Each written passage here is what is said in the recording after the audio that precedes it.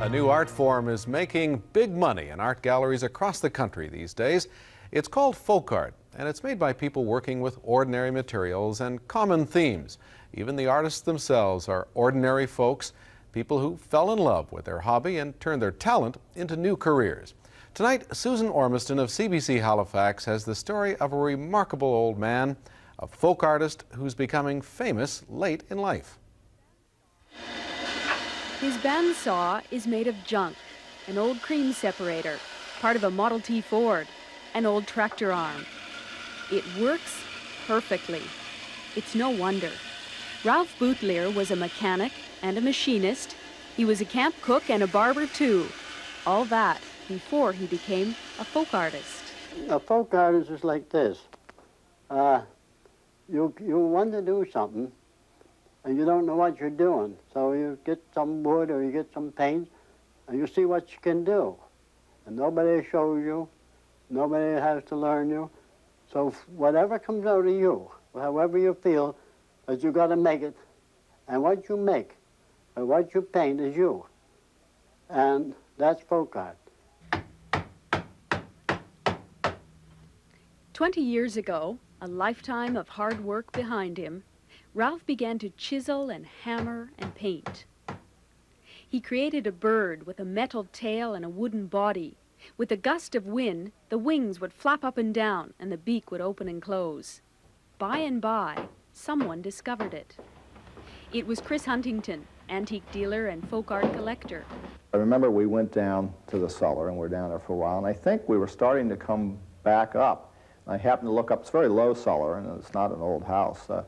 I looked up into the eaves and saw this carving thing sort of stuck there, and probably reached up and pulled it out of there and said, "What's this?"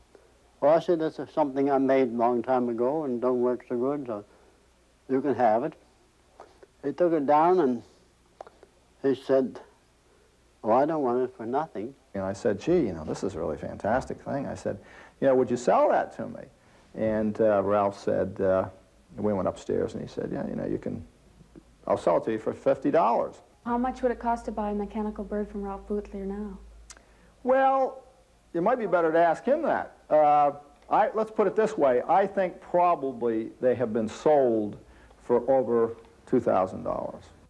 The wheeling and dealing on Ralph's work is now handled by the Houston North Gallery in Lunenburg.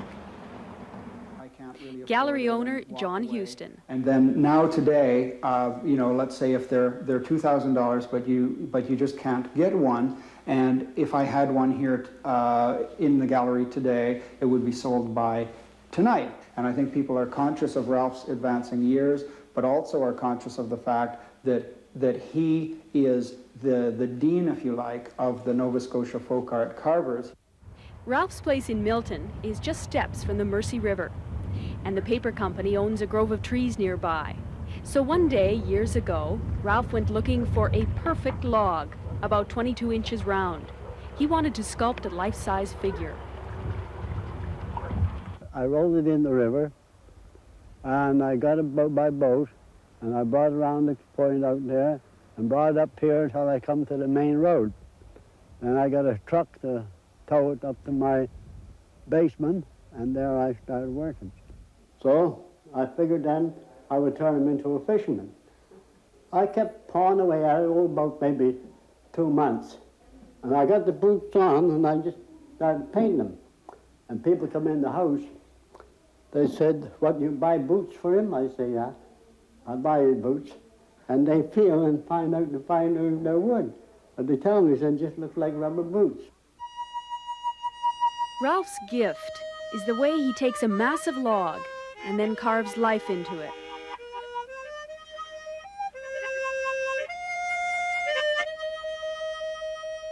Hi.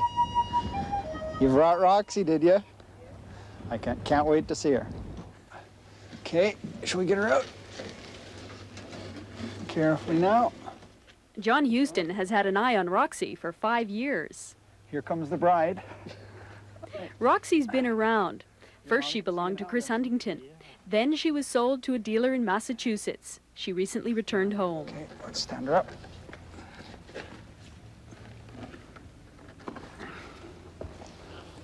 Okay.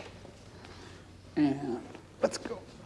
She won't stay here long either. Down a little She'll be more. sold for about $5,000. Even at that price, Ralph's works are coveted. Okay. There she is. One of these days, I expect to see one of them selling in New York City for, you know, $20,000 US or something like that. And at that point, people are going to sit up and say, wait a minute, Ralph Boutilier, he's that fellow right here under our noses, and he's some kind of a national treasure or something. I hope Ralph is alive to see that.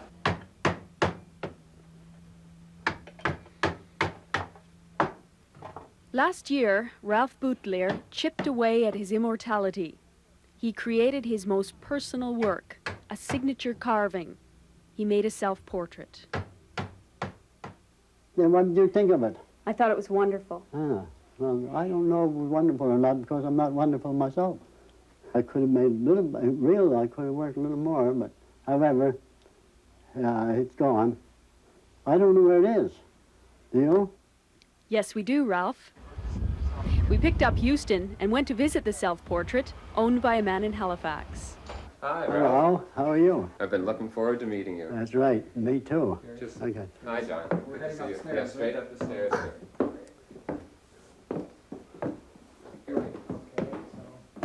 Oh, there he sits. There he is. He's still carving, isn't he? He's still working. I often Yes. wonder if he doesn't need a rest at some point. You know, one cold day in March, I put him out on the front doorstep, Uh-huh. and it was icy, and I was laying down all day. The next day I went to town, and people said to me, "You must be tough." I said, "Why, outdoors sitting there carving all day in the cold." I said, "That wasn't me." "Well, it was you." I said, "No." I said, "That's what I made of myself sitting out there. That's a piece of wood."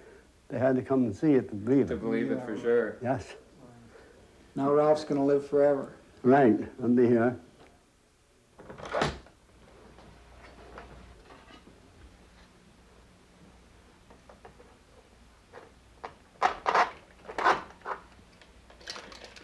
The people who own a Ralph Boutilier believe they hold a treasure. But what he creates is just part of his art. The whole is Ralph himself. Ralph's going to leave a marvelous legacy. For the Journal, I'm Susan Ormiston.